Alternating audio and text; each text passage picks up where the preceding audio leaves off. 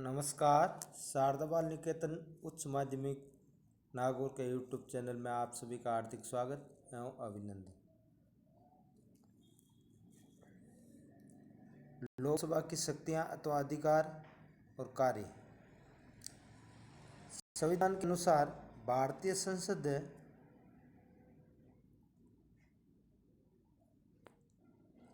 संघीय सूची, समवर्ती सूची, अविशिष्ट विषयों और कुछ परिस्थितियों में राज्य सूची के विषयों पर कानून का निर्माण कर सकती हैं। संविधान के द्वारा साधारण अवित्तीय विधेयकों और संविधान संशोधन विधेयकों के संबंध में कहा गया कि इस प्रकार के विधेयक लोकसभा या राज्यसभा के दोनों में से किसी भी सदन में प्रस्तावित किए जा सकते हैं और दोनों सदनों से पारित होने पर राष्ट्रपति के पास हस्ताक्षर के लिए भेजे जाएंगे। वित्तीय शक्तियाँ।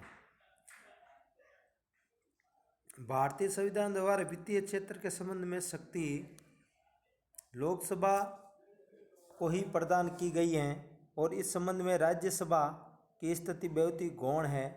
अनुच्छेद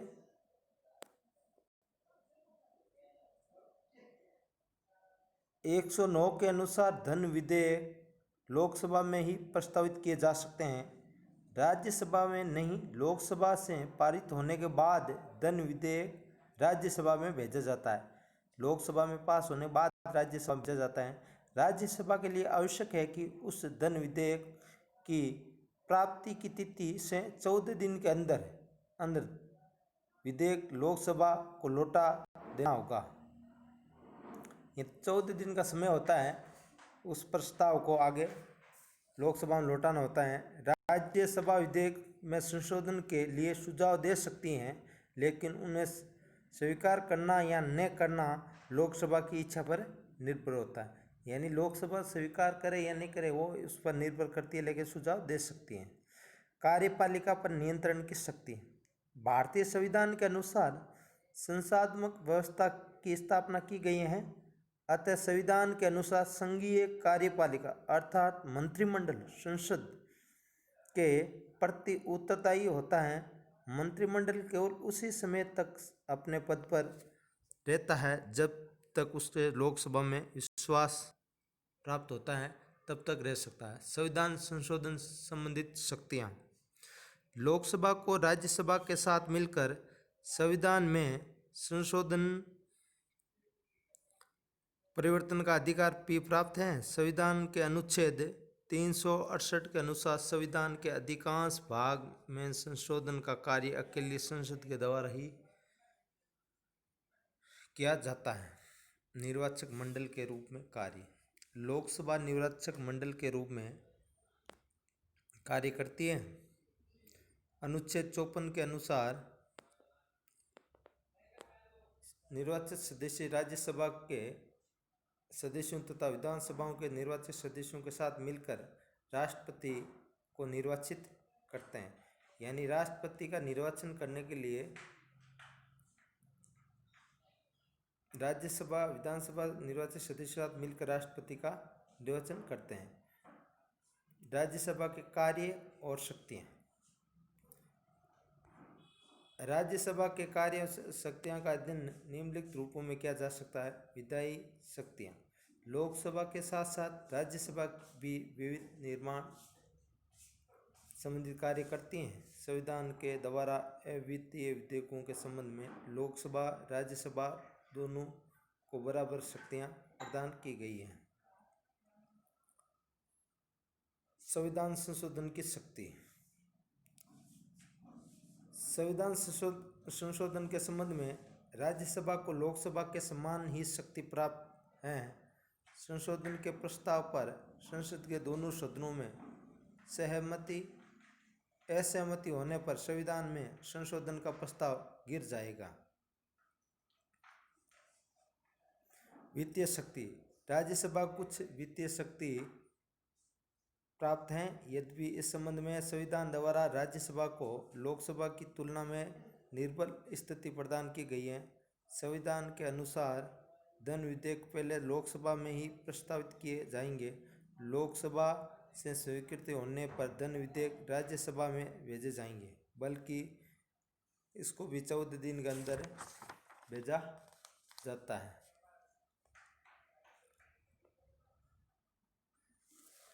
विधेयक पर विचार किया जाएगा। राज्यसभा धन विधेयक के अनुसंबंध में अपने सुझाव लोकसभा को दे सकती है, लेकिन ये लोकसभा की इच्छा पर निर्भर करती है, उन प्रस्तावों को माने या न माने। कार्यपालिका संबंधित शक्तियाँ।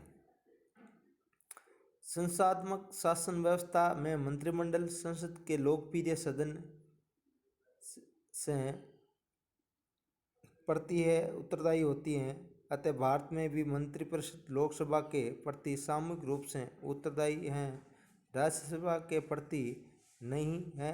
राज्यसभा के सदन मंत्रियों से प्रश्न पूछे तथा पूरक प्रश्न पूछ सकते हैं और उसकी आलोचना भी कर सकते हैं, परंतु इन्हें अविश्वास प्रस्ताव द्वारा मंत्रियों को हटाने का अधिकार नहीं है।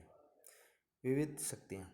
उपयुक्त अतिरिक्त राज्यसभा कुछ अन्य शक्तियाँ भी प्राप्त हैं, जिसका प्रयोग वे लोकसभा के साथ मिलकर करती हैं। ये शक्तियाँ कार्य के अनुसार निम्न हैं। राज्यसभा के निर्वाचित सदस्य राष्ट्रपति के चुनाव में भाग लेते हैं।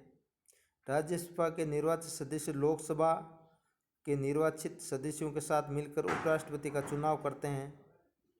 राज्यसभा लोकसभा के साथ मिलकर राष्ट्रपति, सर्वोच्च न्यायालय के न्यायाधीशों तथा कुछ पदाधिकारियों पर महाभियोग लगा सकती हैं। महाभियोग का प्रस्ताव तभी पारित समझा जाता है जब दोनों सदन इस प्रकार प्रस्ताव स्वीकार कर लें। राज्यसभा लोकसभा साथ मिलकर बहुमत से प्रस्ताव पास कर उपराष्ट्रपति को उसके पद से हटा सकती हैं। उपराष्ट्रपति को पद से हटाने का प्रस्ताव प्रथम बार राज्यसभा में ही पारित होकर लोकसभा में पास जाता है। उपराष्ट्रपति तो पहले राज्यसभा में पारित होता, फिर लोकसभा में जाता है। 1 माह से अधिक अवधि तक यह आपातकाल लागू रखना हो तो इस प्रकार के प्रस्ताव का अनुमोदन लोकसभा और राज्यसभा दोनों द्वारा पृथक पृथक अपने विशेष बहुमत से किया जाना आवश्यक है। विशेष अधिकार।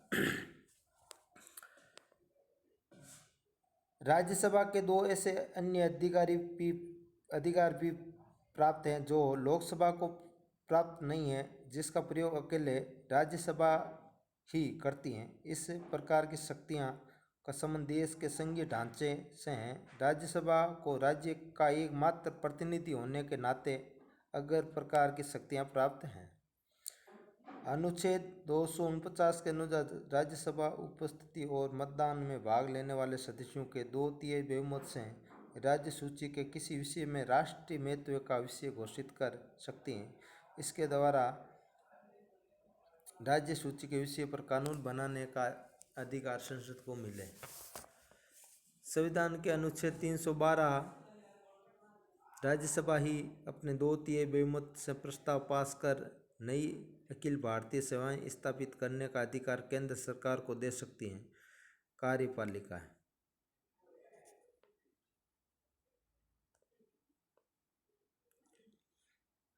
सरकार का दूसरा अंग है कार्यपालिका। भारतीय संविधान के अनुच्छेद 52 में यह उपलब्ध है कि भारत का एक राष्ट्रपति होगा। अनुच्छेद 53 के अनुसार संघ की कार्यपालिका शक्ति राष्ट्रपति में निहित होगी तथा वह इसका प्रयोग संविधान के अनुसार स्वयं तथा अधीनस्थ पदाधिकारियों द्वारा करेगा। इस प्रकार संघीय कार्यपालिका में राष्ट्रपति, उपराष्ट्रपति, प्रधानमंत्री, मंत्रिपरिषद व भारत का महान्यायवादी होंगे।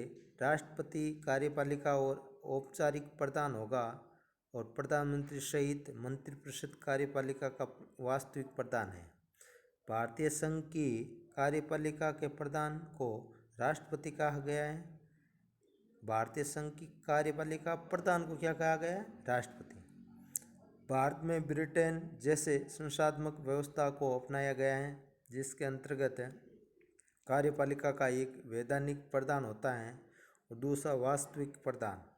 राष्ट्रपति भारतीय संघ की कार्यपालिका का वैधानिक प्रदान और भारतीय संघ में उसकी स्थिति ब्रिटिश साम्राज्य से होती है। राष्ट्रपति पद की योग्यता। संविधान में राष्ट्रपति पद निर्वाचित होने वाले व्यक्ति के लिए निम्नलिखित योग्यता होनी चाहिए। वह भारत का नागरिक हो, सबसे पहले राष्ट्रपति के लिए। वह 35 वर्ष की आयु पूरी कर चुका हो और वह लोकसभा का सदस्य निर्वाचित होने की योग्यता रखता हो। इसके अतिरिक्त ऐसा कोई भी व्यक्ति जो भारतीय सरकार के, राज्य सरकार या किसी स्थानीय सरकार के अंतर्गत पदाधिकारी हो या लाभ का पद धारण किए हो, राष्ट्रपति पद का उम्मीदवार नहीं हो सके। राष्ट्रपति भारतीय संसद अथवा राज्यों के विधानमंडल के किसी सदन का सदस्य हो। राष्ट्रपति का निर्वाचन। राष्ट्रपति के चुनाव के लिए अप्रत्यक्ष निर्वाचन की पद्धति को अपनाया गया है और यह चुनाव एकल संक्रमणीय पद्धति से आधार पर होता है। ये पद्धति इस प्रकार है। अप्रत्यक्ष निर्वाचन। राष्ट्रपति का चुनाव अप्रत्यक्ष के रूप में होता है। निर्वाचन मंडल द्वारा किया जाएगा। संसद दोनों सदनों में निर्वाचन सदस्यों और राज्यसभा, विधानसभा तथा क्षेत्र के संविधान संशोधन 1992 के अनुसार संघीय क्षेत्र में विधानसभाओं का निर्वाचन सदस्य शामिल होंगे। एकल संक्रमणीय पद्धति। एकल संक्रमणीय मत पद्धति संसद तथा राज्य के संघीय क्षेत्रों की विधानसभाओं के निर्वाचित सदस्यों द्वारा राष्ट्रपति का चुनाव एकल विशेष मत पद्धति के अनुसार होगा। एकल संक्रमणीय पद्धति से कहा जाता है। इस चुनाव में मतदान गुप्त मतपत्र द्वारा होता है और चुनाव में सफलता प्राप्ति के लिए उम्मीदवार के लिए न्यूनतम कोटा प्राप्त करना आवश्यक है। न्यूनतम कोटा निर्धारित करने के लिए निम्नलिखित सूत्र उपयोग किया जाता है। न्यूनतम कोटा दिए गए वैध मतों की संख्या बटा निर्वाचित होने वाले प्रतिनिधियों की संख्या +1। इसी प्रकार आगे हम कल पढ़ेंगे।